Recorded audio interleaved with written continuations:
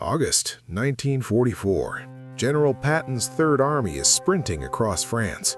The German army, once the terror of Europe, is crumbling. In the weeks following the breakout from Normandy, Allied forces aren't just advancing, they are racing. The road to Berlin seems wide open. The war could be over by Christmas. But victory has a price. Patton's tanks are consuming fuel at a rate that defies logic. A single armored division on the move burns through 25,000 gallons of fuel every single day. They are moving so fast that German commanders report they can't even set up defensive lines before American tanks are already behind them. And then, the engines stop.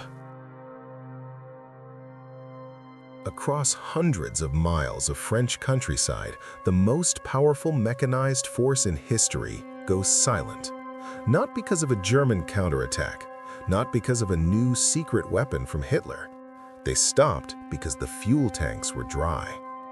In their race to crush the enemy, the Allies had committed the cardinal sin of warfare. They outran their supply lines. The spearhead of the army is now 350 miles away from the supply depots. Every drop of gasoline, every bullet, and every ration is stuck on the beaches of Normandy. This is the story of the frantic, desperate, and heroic solution to that problem. A story not of generals in comfortable offices, but of truck drivers in freezing rain. Welcome to the Red Ball Express, the segregated army that built a highway of steel to save the Allied advance. To understand the crisis, look at the map. The Allied plan, Operation Overlord, was conservative. Planners expected a slow grind, but the reality was a lightning-fast breakout. The Allies were weeks ahead of schedule, but geographically they were stretched to the breaking point. There was a cruel irony at play here. In the months leading up to D-Day, Allied air forces had done their job too well. They had systematically destroyed the French railway network to prevent the Germans from moving reinforcements to the beaches. Bridges were blown, tracks were twisted, and marshalling yards were flattened. Now, as the Allies advanced, they found themselves trapped by their own destruction. The railways were useless. Furthermore, the deep-water ports that were essential for offloading massive cargo, ports like Cherbourg, Brest, and Antwerp, were either still in fanatic German hands or had been sabotaged beyond immediate use. This meant that millions of tons of supplies had to be moved solely by road. Enter Colonel Lauren Albert Ayres. Known as Little Patton, he was a loud, abrasive, and brilliant logistician. He was given 36 hours to create a supply chain that didn't exist. His plan was audacious. He requisitioned two parallel highways running from Saint-Lô in Normandy to Chartres near Paris, a loop extending hundreds of miles. He designated it the Red Ball route, an old railroad term for priority express cargo. The rules were simple, ruthless, and strictly enforced. The northern route was for loaded trucks heading east. The southern route was for empty trucks returning west. No civilian vehicles were allowed. Any French car found on the route was pushed into a ditch. To keep this river of steel flowing, the military police turned the highway into a police state. Speed limits were set at 25 miles per hour to save tires, and trucks were ordered to stay 60 yards apart to minimize damage from air attacks. But in reality, the rules were broken constantly. Commanders at the front were screaming for ammo and gas. Drivers disconnected the speed governors on their engines to hit 40 or 50 miles per hour.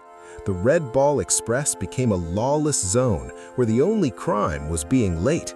On August 25th, the route opened. It was supposed to last a few weeks. It became a legend. The weapon of choice for this battle wasn't a tank or a fighter plane. It was the GMC CCKW 2.5-ton 6x6. Soldiers called it the Jimmy, or the Deuce and a Half. Over 500,000 of these trucks were built during the war. They were the backbone of the U.S. Army. Rugged, simple to repair, and capable of going off-road, they were engineering marvels. But on the Red Ball Express, these machines were pushed beyond their breaking point. Designed to carry 5 tons, they were often loaded with 10 tons of artillery shells or high-octane fuel. They ran non-stop, 24 hours a day. Engines overheated, transmissions shattered under the strain. But the tires were the weak point. The roads were littered with shrapnel, debris, and sea ration cans. In the summer heat, combined with the friction of overloading, tires would literally melt or explode. The route was lined with abandoned trucks. If a vehicle broke down, the driver was ordered to steer it to the shoulder and wait for a roving repair crew. Another truck would pick up the cargo and keep moving. Momentum was everything. But machines don't drive themselves, and this is where the story of the Red Ball Express touches on the deep, complex soul of America in 1944. Nearly 75% of the Red Ball drivers were African-American soldiers. At this time, the U.S. military was strictly segregated. Black soldiers were largely barred from combat units, relegated to service roles, cooks, gravediggers, and drivers. The prevailing racist logic of the time, codified in military reports, was that African Americans lacked the fighting spirit or intelligence for frontline combat. The Red Ball Express would prove that prejudice wrong in the most undeniable way possible. These men weren't just truck drivers, they were endurance athletes.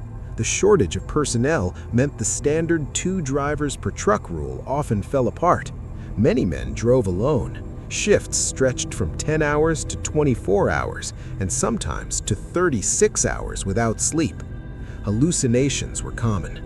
Drivers would slap each other to stay awake, or drive with their heads hanging out the window in the freezing rain just to keep alert. They developed a 1,000-yard stare, fueled by coffee, cigarettes, and adrenaline. And the danger was constant. The Red Ball Highway wasn't a safe zone behind the lines, it was a target. The Luftwaffe roamed the skies, looking for the long columns of trucks. A strafing run could turn a truck carrying 500 gallons of aviation fuel into a fireball in a split second. At night, to avoid being spotted by planes, they drove in total darkness, using cat eyes, tiny slits on the headlights that illuminated only a few feet of the road. Imagine driving a 10-ton bomb at 40 miles per hour in pitch blackness on muddy roads you've never seen before. One wrong turn meant driving off a cliff, or worse, driving straight into German-held territory. Yet a unique dynamic emerged on these roads. To the French civilians they passed, these men weren't second-class citizens, they were simply liberators and Americans. Drivers would toss rations to hungry children or share cigarettes with locals. For many black soldiers, the reception they received in France was a stark, bittersweet contrast to the Jim Crow South they had left behind. Despite the chaos, the breakdowns, and the exhaustion, the Red Ball Express delivered.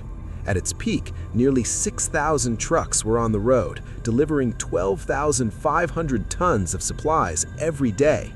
General Patton got his gas. But the system was eating itself alive. It was incredibly inefficient. To deliver fuel to the front, the trucks themselves consumed massive amounts of gasoline. Near the end of the operation, the Red Ball was burning almost as much as it was delivering. There was also the issue of shrinkage. With millions of dollars of goods moving through chaos, a black market inevitably formed. Sugar, coffee, and cigarettes often fell off the back of the truck, traded for local favors or money. It was the Wild West of logistics. The operation finally ended on November 14, 1944. Why? Because the Allies finally secured and opened the massive port of Antwerp in Belgium, and the rail lines were repaired. The emergency was over. In just 81 days, the Red Ball had transported over 412,000 tons of material. It was a logistical miracle that bridged the gap between the beaches and the German border. General Eisenhower famously said, "The equipment is useless if you can't move it to where it's needed." However, when the war ended, there were no ticker tape parades for the Quartermaster Corps. The history books focused on the combat troops. the black drivers of the Red Ball Express returned home to a country that still wouldn't let them sit at the front of a bus, despite having driven the road to victory in Europe. Their legacy, however, lives on. The lessons learned on the Red Ball Express revolutionized modern logistics, and some historians argue that the sight of thousands of African-American men performing a miracle on the highways of France planted the early seeds of the civil rights movement within the military, leading to its desegregation a few years later. They proved that while amateurs talk about tactics, professionals study logistics, and true heroes, sometimes they just drive the truck.